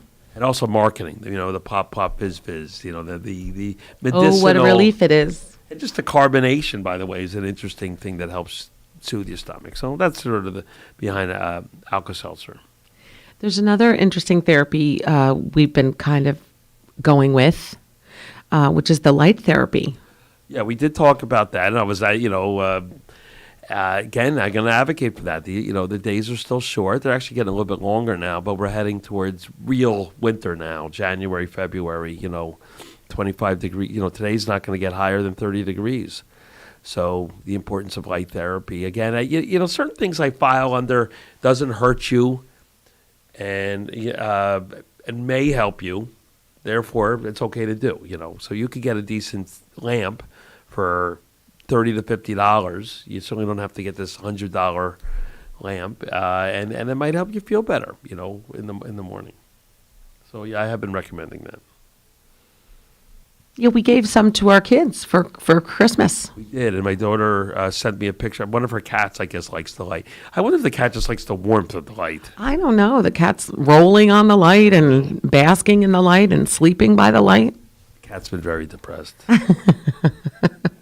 Okay, so let's return to the more important subject of the day for the rest of the show, though, which is COVID and how we're going to go through our week in the coming weeks. People, if you're not vaccinated, please do it. I don't know how more directly I can encourage. Encourage. Whatever you think is wrong with the vaccine, you're just not correct. I think one takeaway from today's discussions, especially with Dr. Mark Tack, is we consume crazy amounts of things that we don't know what the ingredients are. What the heck is going on with worrying about what the ingredients are in the vaccination? My God, it's not. It's only going to kick up your immune system. That is a huge takeaway for today. Is that we do just look at the ingredients on your, like on your soup or something like that. And you don't have any idea what you're eating. You're not going to research every little thing that's in that soup or cereal. Just go for it. Right. I think some of it, I think we could do a better job. The CDC, for example, I wish they would stop calling something an emergency approval and call it emergency authorization. Just a little change of semantics might help. Because I remember being confused by the information. When I went in for the shot, they handed me the stuff, and it's like, not authorized by FDA. But then down below, emergency approval. No wonder people are confused. So we could resolve that a little bit. Well, it is approved now, so I think only that's the not even an Moderna issue. is, unfortunately. I don't know if the Pfizer ever got official approval, which is frustrating. No, I think it did. Did it? We can look that up. I don't want to give misinformation, but I guess I am. All right, we'll look that up. But please get vaccinated. Please get boosted if you need a boost. If you have not been boosted, you have to continue to mask. You're probably, if you're in public, you really should probably go with an N95 mask to do a better job of preventing. Although, again, another thing I see misinformation. You'll hear people say masking doesn't work. It does work. All those years of surgeons wearing masks while they operate on you, what is it? All of a sudden, that doesn't mean anything? Yes, it does work. All of a sudden, my post-nasal drip's acting up a little bit. It's alkaline water. You give it back. You see the surgeons just walking into the surgery. Yeah, with no mask no on. gloves. Just walk in. Medical history. So we've had 4 presidents that have been assassinated. And, of course, we all know Abe Lincoln and John F. Kennedy. We kind of tend to forget about Garfield. Andrew Garfield? It was Garfield's first. Andrew Garfield's the actor. What was Garfield's first name? Arthur? I can't remember. Oh, my God. We can't remember this guy's first name. And McKinley. But Garfield actually died about 3 months after he was shot. And he's felt to have died by medical malpractice. The doctor spent so much time and energy in non-sterile ways trying to get this bullet fragment out of him that eventually they made him septic and he died. So... Right, the gloves and the mask, they're important. Yes. James A. Garfield. What is it? James A. Garfield. Yeah. Not Andrew Garfield. You know who Andrew Garfield is? Spider-Man. Spider-Man, yeah, one of the Spider-Man. So, yeah, that's why I brought it up. So, that was obviously in an era where there was not an acknowledgement of sterile process. So masks do help and masks do work. Once again, want people to be polite and kind to workers who are in the position of maybe asking people to put a mask on or whatever. Whatever you feel, don't take it out on them. Come on, that's not right. Let's have some manners and respect with how we treat each other. Do you agree with that, Robin? 100%. Understand that there is the pill treatment we talked about, so you might be a candidate or you might have someone who's a candidate for that. That's why you should consult with your physician if you're ill with COVID. At least adhere to the rules that the CDC released last week with the 5-day quarantining. Although, as Dr. Tech pointed out, he doesn't really agree with them. What do you recommend as far as testing going forward? I mean, do you feel like people are over-testing themselves or, buying up all these tests, at-home tests, and then testing themselves every couple days? I mean, what's actually accurate?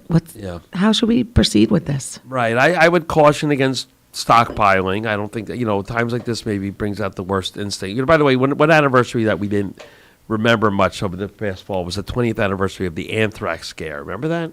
It was in the wake of 9/11, and the treatment for anthrax was Cipro. And I remember fielding a lot of requests from people to have a prescription for Cipro just in case, So it's kind of the same idea. Let's be responsible consumers and citizens here. If you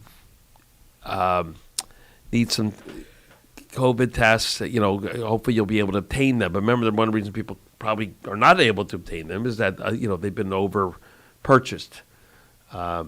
So that's important too.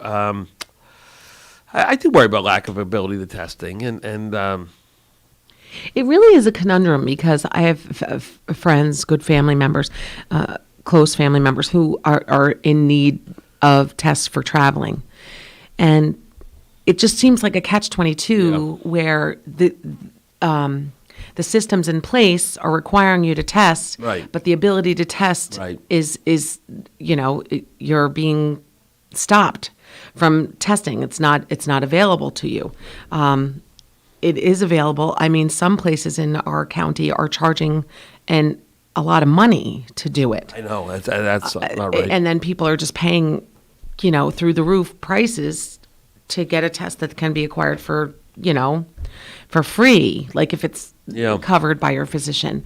But it seems to me there should be. I mean, we're in this long enough that if they want the airlines to keep going and they want, this is commerce, right? This is the economy. This is what keeps people going, keeps communities alive.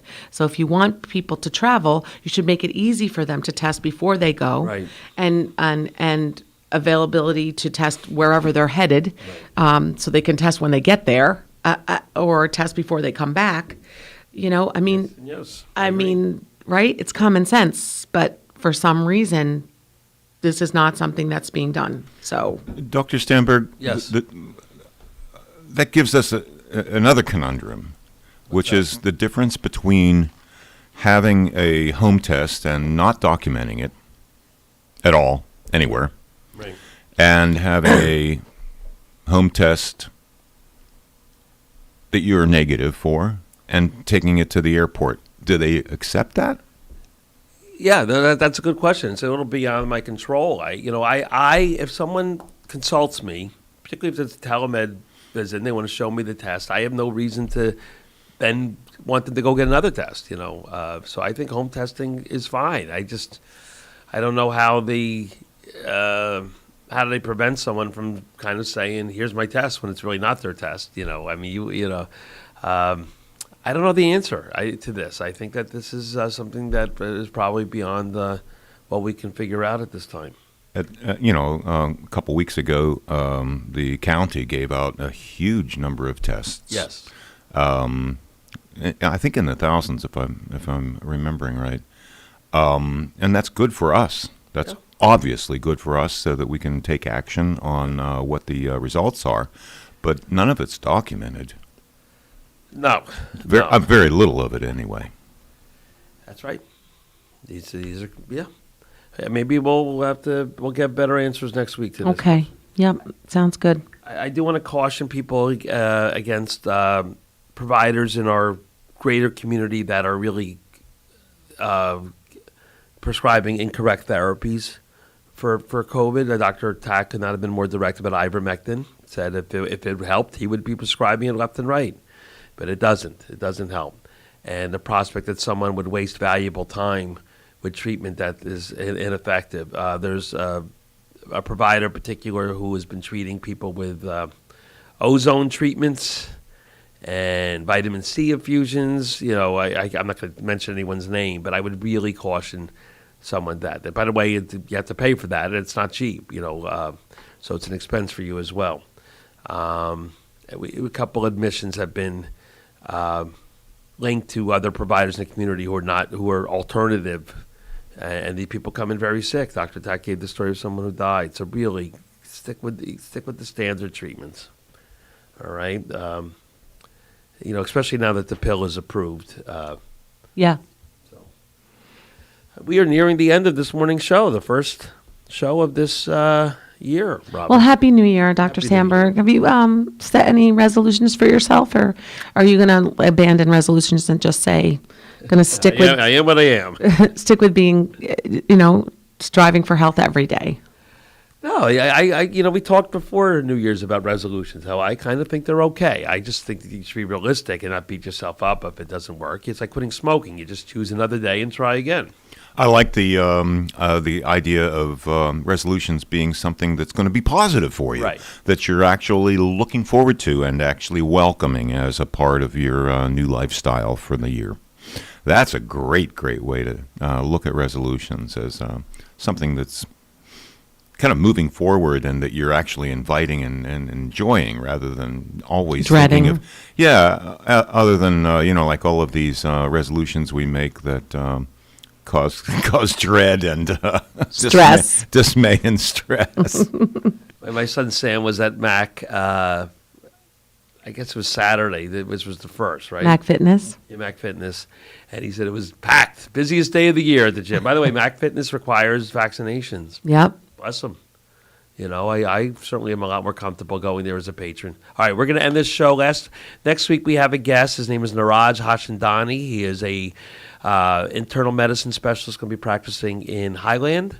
So he's going to be joining us, and we shall see you then. Have a good week. Bye, everyone. Happy New Year. Thank you. Robin Baker and Dr. Eric Stanberg, thank you so much. This last portion of Kingston Community Radio was brought to you by Ulster Savings Bank, many locations throughout the Mid-Hudson Valley and one near you. It's now 9 o'clock a.m., Monday, January 3rd, 25 degrees here in Uptown Kingston. Thank you for sharing the morning with us and participating in Kingston Community Radio, KCR AM 920 and 92.5 FM, and our live streaming on mykcr.org. We invite you to be with us for a terrific Tuesday tomorrow morning with Nina Postapak and Cameron Rylands. We now return you to Magic 92.5.